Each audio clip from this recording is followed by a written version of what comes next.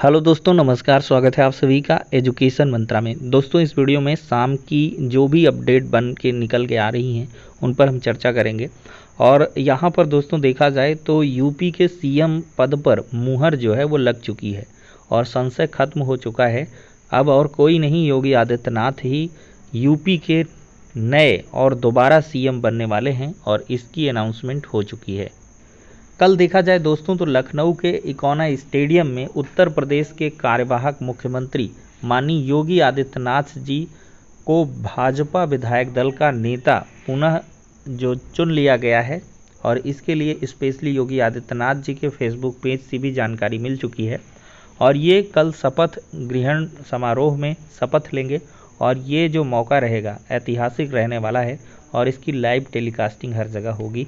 और योगी सरकार की पहली कैबिनेट मीटिंग भी जल्द जो आयोजित होगी उसमें युवाओं को खासी उम्मीद है, क्योंकि जो विपक्ष रहा है रोज़गार के मुद्दे को लेकर लगातार हावी है। पंजाब में देखा जाए तो जो बीजेपी गवर्नमेंट है उसको बुरी तरीके से हार मिली है और पंजाब में जैसे ही आम आदमी पार्टी की सरकार आई है तो उन्होंने 25,000 पदों पर नई शिक्षक भर्ती और साथ ही साथ 35,000 जो कर्मी हैं संविदा उनको परमानेंट करने की अनाउंसमेंट की है। तो ये विपक्ष के जो बड़े बड़े अनाउंसमेंट हैं ये कहीं न कहीं योगी सरकार के लिए चैलेंज है।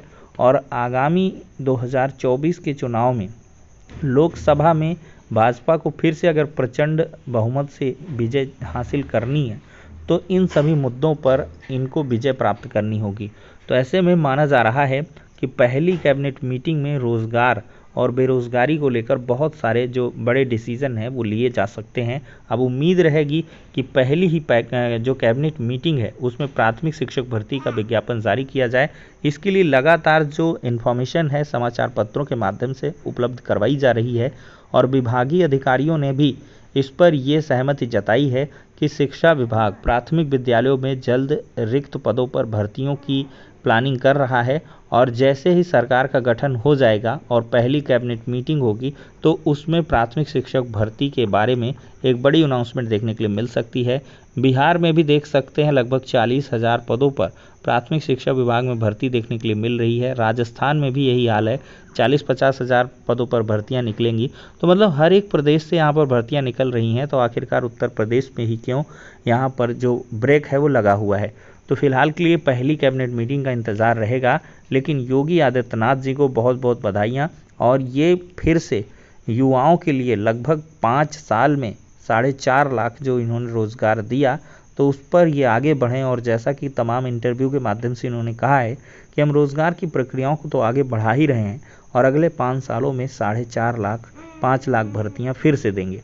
तो देखते हैं यहाँ पर इन बातों के पीछे कितनी हकीकत है, ये तो पहली कैबिनेट मीटिंग में ही तय होने वाला है।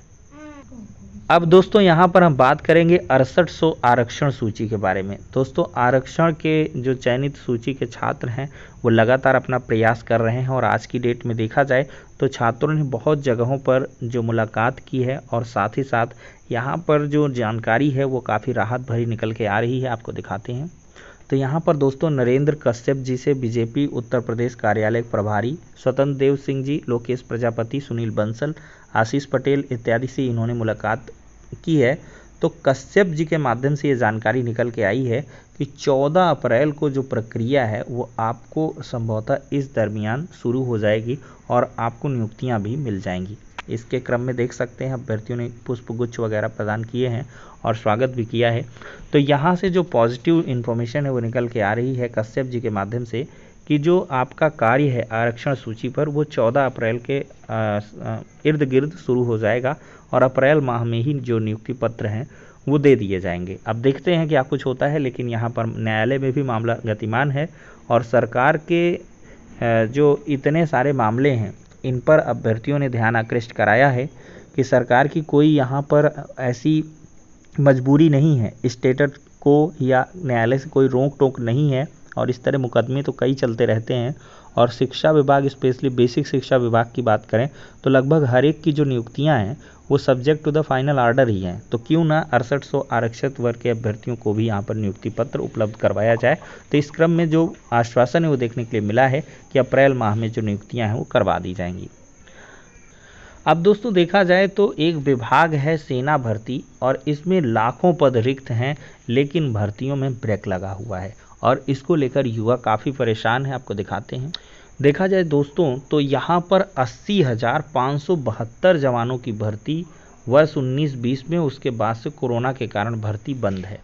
अगर देखा जाए तो भर्ती में जितनी देरी होगी संकट उतना ही बढ़ेगा। यहाँ पर बताना है, आपको दिखाते हैं कि 50-60 हज़ार जो जवान हैं वो हर वर्ष सेवानिवृत्त होते हैं और यहाँ पर 2021-22 में और 20-21 में जो कोरोना महामारी है उसके चलते भर्तियां नहीं हो पाई हैं।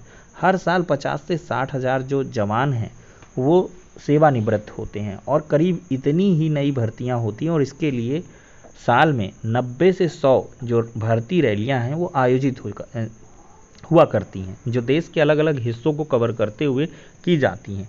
एक रैली 6-8 जिलों को कवर करती है, लेकिन पिछले 2 सालों से ये रैलियां बंद हैं। रैलियों में भीड़ होती है इसलिए रैलियां बंद की गई हैं।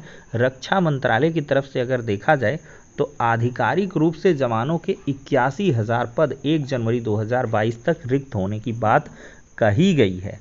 तो मतलब जो रक्षा मंत्रालय है साफ तौर पर कह रहा है कि 1 जनवरी 2022 तक का ये डेटा है कि 81,000 जो सेना के पद हैं वो खाली हैं। लेकिन अब यह संख्या, चूंकि हम मार्च एंड में खड़े हैं, तो ये 1 लाख के करीब हो चुकी है, 1 लाख का क्रॉस कर चुकी है। तो आखिरकार सेना भर्तियां कब होंगी, ये एक बड़ा प्रश्न चिन्ह है।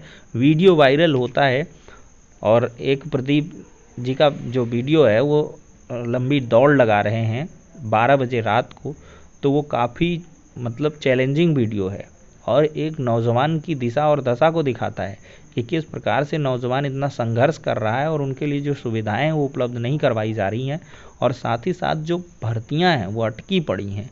नौजवान तो संघर्ष दिन रात करते हैं, लेकिन उनके लिए जो भर्तियों के अवसर हैं वो उपलब्ध नहीं करवाए जाते हैं। चाहे वो प्राथमिक शिक्षा विभाग हो, चाहे वो माध्यमिक शिक्षा विभाग हो, चाहे वो सेना भर्ती हो, मतलब केंद्र में भी भर्तियों का एकदम से समझ लीजिए फुल स्टॉप लगा हुआ है। कहीं से भी भर्तियां निकल के ही नहीं आ रही हैं। राज्य सरकारें अपना मन का काम कर रही हैं। तो ऐसे में रोजगार पर कार्य करना होगा, अन्यथा ये गेहूं, तेल, नमक, चावल इन सब से काम नहीं चलने वाला है। और छात्रों ने इसी का मुद्दा भी बनाया था यूपी के विधानसभा चुनाव में, लेकिन जो तस्वीर है वो कुछ दूसरी निकल के आई है और कहीं ना कहीं देखा जाए तो इससे युवा काफ़ी चिंतित भी हैं कि आखिरकार रोज़गार को लेकर कब खुले मंच से बात होनी स्टार्ट होगी और कब यहाँ पर ज़्यादा से ज़्यादा रोज़गार उपलब्ध करवाए जाएंगे, जिससे कि देश और समाज का और युवाओं का सबका विकास हो सकेगा। तो उम्मीद रहेगी कि सेना विभाग में जल्द से जल्द लाखों पदों पर जो भर्तियाँ हैं वो निकल के आएँ। एक वीडियो पूरे सोशल मीडिया प्लेटफॉर्म पर वायरल है, करोड़ों लोग देख चुके हैं, पूरे देश में वायरल है और उसको लिहाज में रखते हुए जो भर्तियां हैं वो बिल्कुल जल्द से जल्द आनी चाहिए। तो फिलहाल के लिए दोस्तों इस वीडियो में इतना ही, नेक्स्ट में मिलते हैं।